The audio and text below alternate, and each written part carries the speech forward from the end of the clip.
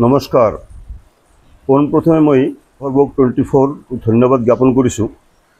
সৰ্বক news 24 মাধ্যমেৰে আমি আপোনালোকক জনাবলৈ পাই সুখী হৈছোঁ যে বিগত 10 বছৰৰ দৰে এইবেলিও বৰনগৰ পতঞ্জলি যোগ সমিতিৰ উদ্যোগত সৰ্বগৰ উত্তৰ গণকগাৰী কালী মন্দিৰ প্ৰাংগণত অহা 21 জুন 2025 ইং শনিবাৰে ৰাতিপুৱা 6:30 বজাত আন্তঃৰাষ্ট্ৰীয় যোগ দিৱস পালন কৰিবলৈ ওলাইছে।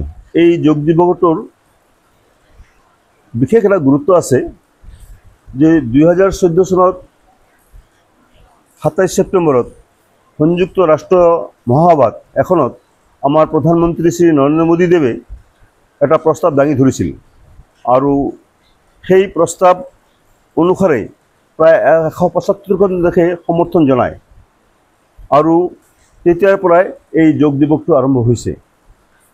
আৰু সেই সময়ত অৱশ্যে আমাৰ এই 5000 বছৰ পুৰণীয়া প্ৰায় 5000 বছৰ পুৰণা এই যিটো যোগ সেই বিষয়ে যে ইমানখিনি ৰাইজে ইয়াক আকোৱালি ল'ব সেই কথাটো নৰেন্দ্ৰ মোদীয়ে বোধহয় ভবা নাছিল।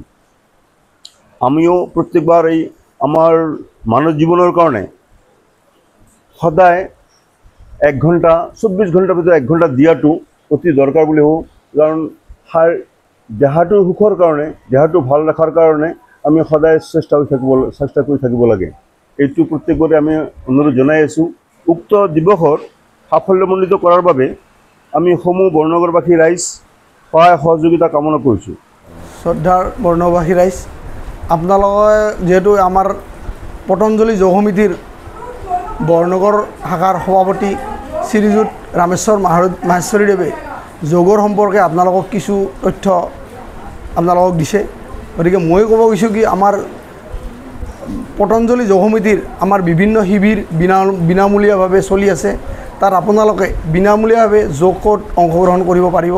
2008 চনৰ পৰা আমাৰ যিহেতু শিবিৰবিলাক চলি আছে তাত আপোনালোকে নিৰবিচ্ছিন্নভাৱে আপোনালোকে আহিব পাৰে।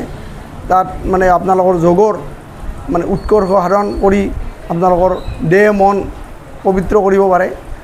গতিকে ৰাতিপুৱা উঠি এইখিনি আপোনালোকে কষ্ট কৰি হ'লেও আহিলে আপোনালোকৰ নিশ্চয় উপকৃত হ'ব।